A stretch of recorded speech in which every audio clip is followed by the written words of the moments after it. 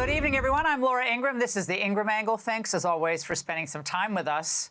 And hi to all you ghosts and goblins. It's October 31st. So how did our president dress up for Halloween? Like Trump. Okay. Happy Halloween and all of that. I love that and all of that.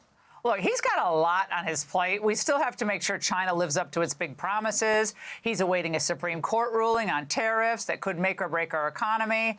And, of course, he's still dealing with the Democrats keeping the government closed.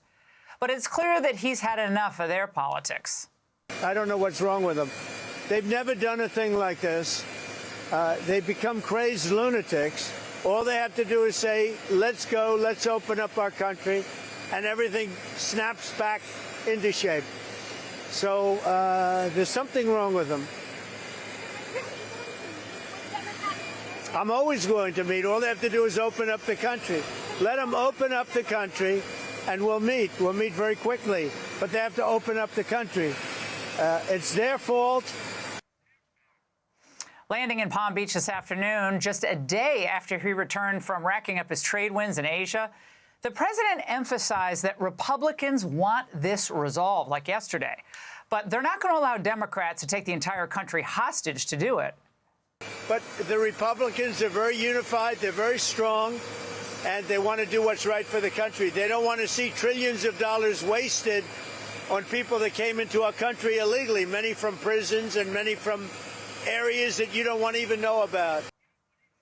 What I like most about the president's brief remarks today, he also showed a willingness to address the root cause of the problems in health care, which is basically Obamacare really stinks. Obamacare has turned out to be a disaster, as I've been saying for years. It can be fixed or redone. People don't get good health care, and their premiums go up every single year. So we should change it. It's a disaster. Obamacare is bad health care at a very high price. Bad health care at a very high price. It's ration care. He is 100% correct about that. Again, he's always willing to take on the big problems, never shying away from them like so many politicians do. Meanwhile, the Democrats are wrestling with their own identity crisis because, of course, Chuck Schumer is afraid that AOC is going to primary him. He's bowing to the party's left flank on every issue that matters. Most importantly, the vote to reopen the government. For 31 days, you can't believe that, actually, 31 days it's been closed. And now the hour of reckoning is upon us. 42 million food stamp recipients in America were set to lose their benefits tomorrow. But two federal judges today ruled that the program must continue and that contingency funds will be used. I'm not sure which contingency funds, but there you have it. But Democrats, they don't care whether this gets funded or not, because all they want to do is keep riding this shutdown train through Tuesday's elections, trying to help their terrible candidates in Virginia and New Jersey. Meanwhile, if Freddy Krueger had a sister and she were in politics, that's who Kamala would be dressing up as this week, because she's out there haunting her party back from the political grave. Beware, because Kamala's coming back. She won't go away. Are you kidding me? This guy wants to create a ballroom for his rich friends while completely turning a blind eye to the fact that babies are going to starve when the SNAP benefits end in just hours from now? Come on. So what? I'm not going to be distracted by, oh, does the guy have a big hammer? What about those babies? Is she drinking? I don't know. What is that?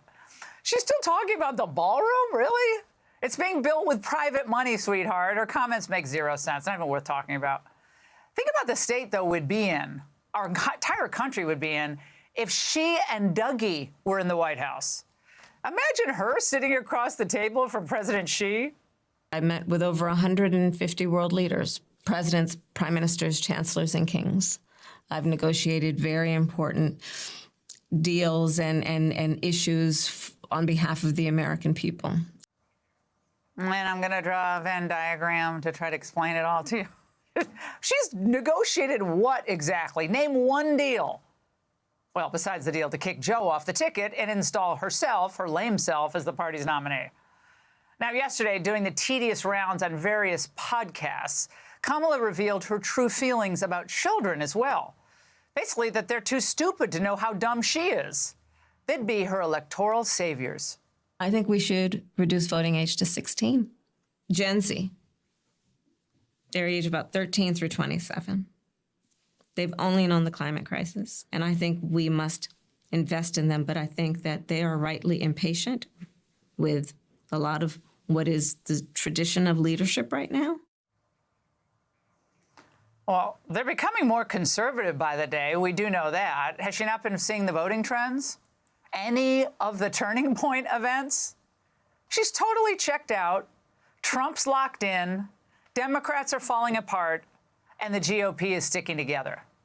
For young voters, older voters, black, white, brown voters, the choice should be simple.